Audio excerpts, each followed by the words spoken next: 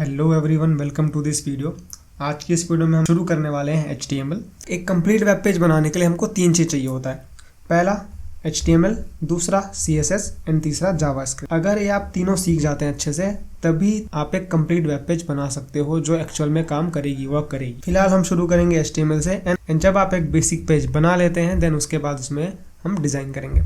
वैसे मैं सजेस्ट करूंगा कि टेक्स्ट एडिटर के लिए चाहो तो आप visual studio code, VS code इसे हम कहते हैं, आप वो यूज़ कर सकते हैं।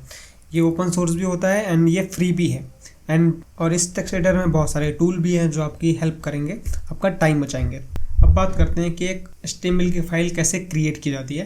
तो क्रिएट करने के लिए सबसे पहले मैं चले जाऊँगा अपने कोड एडिटर पे, VS कोड पे।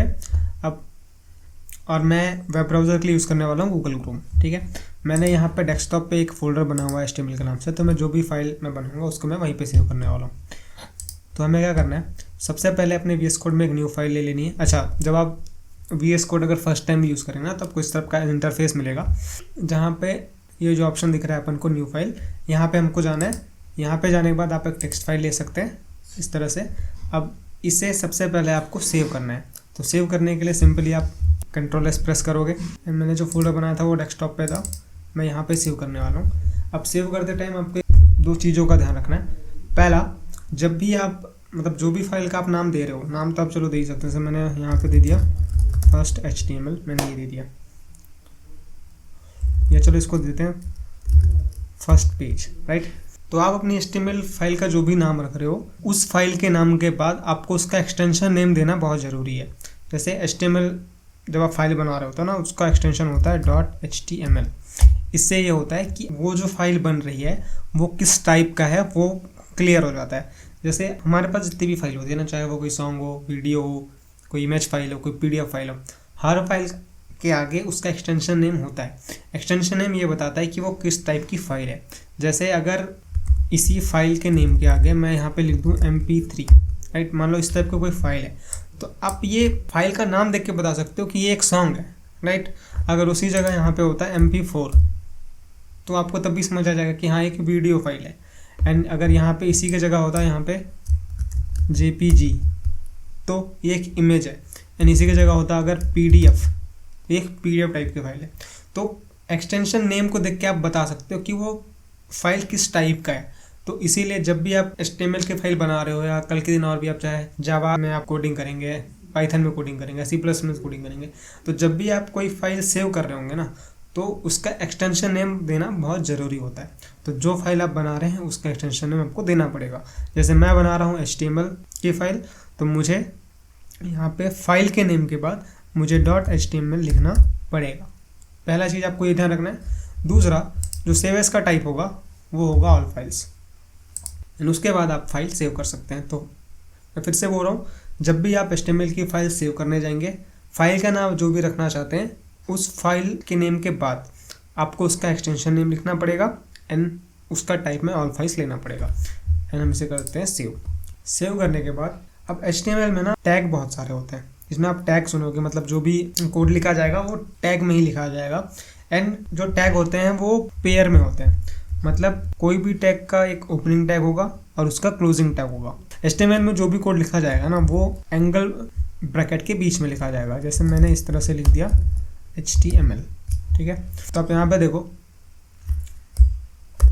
ये जो HTML है एंगल ब्रैकेट के अंदर, ये उस HTML का ओपन टैग है, एंड ये जो HTML का टैग है ये उसका क्लोजिंग टैग है।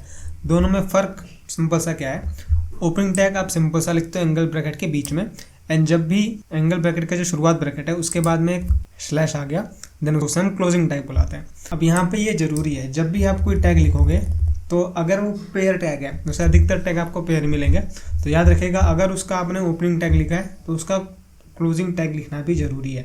एंड HTML में जो सबसे पहला टैग आता है वो HTML का ही आता है। सबसे पहले आप HTML का टैग लिखते हैं एंड उस HTML ओपनिंग और क्लोजिंग के बीच में हम लिखते हैं हेड का टैग, ठीक है। अब हेड के बाद हमारी शुरू होती है बॉडी। तो ये एक बेसिक स्ट्रक्चर होता है कोड को लिखने का। आप सबसे पहले HTML का ओपन एंड उसका क्लोज लिखते हो, एंड उसके बाद हेड का ओपन एंड क्लोज लिखते हो एंड उसके बाद बॉडी का ओपन क्लोज लिखते हो। और जो भी हमें काम करना होता है वो हमें बॉडी के बीच में करना होता है। अगर आप नोटपैड यूज़ कर रहे हो तो आपको इसी तरह से वहाँ पे कोड लिखना होगा, लेकिन मैं क्वेल्डर यूज़ कर रहा हूँ तो मैं ऐसे नहीं लिखूँगा।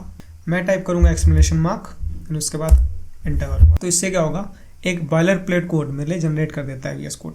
अब यहाँ पे आप देख सकते हो सबसे पहले ये लिखा हुआ है कि एक डॉक टाइप हमने बनाया है जिसका टाइप है HTML। यहाँ पे HTML का ओपन टैग लगा हुआ है एंड HTML का क्लोज टैग लगा हुआ है एंड उसके बाद हेड का ओपन लगा हुआ है, हेड का क्लोज है एंड हेड के नीचे बॉडी का ओपन एंड बॉडी का क्लोज एंड हेड के अंदर एक और टैग लगा हुआ है टाइटल। आप जो पेज क्रिएट कर रहे हैं उस पेज का टाइटल क्या होगा, तो बाय डिफ़ॉल्ट वहाँ पर डॉक्यूमेंट आ जाता है। आप चाहो तो चेंज कर सकते हैं, फिलहाल हम वही रहने देते हैं। एंड अब जो भी काम मुझे करना है वो मैं इस बॉडी ओपनिंग और क्लोजिंग टैग के बीच में करूँगा।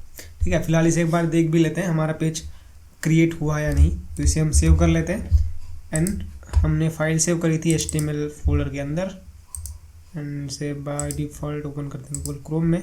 तो ये हमारी फाइल तो बन गई है HTML की, बट अभी इसमें कुछ शो नहीं हो रहा क्योंकि मैंने अभी कोई भी एलिमेंट वहाँ पे नहीं लिखा है बॉडी के अंदर, राइट। तो जैसे अगर मैं चाहूँ तो मैं एक हेडिंग बना सकता हूँ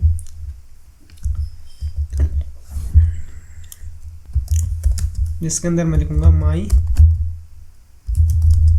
फर्स्ट पेज HTML। इसे सेव किया,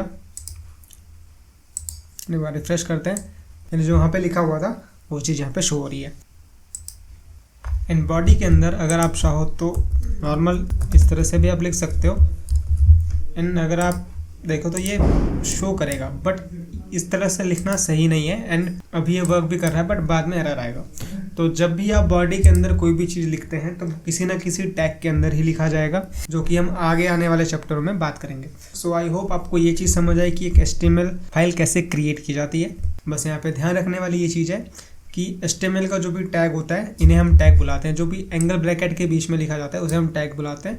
ये अधिकतर आपको पेयर में मिलेगा। हर टैग का एक ओपन टैग होगा और एक क्लोजिंग टैग होगा एंड जो लिखने का सीक्वेंस है, जो ये हमारे बेसिक टैग है, उनको उसी सीक्वेंस में लिखा जाना चाहिए।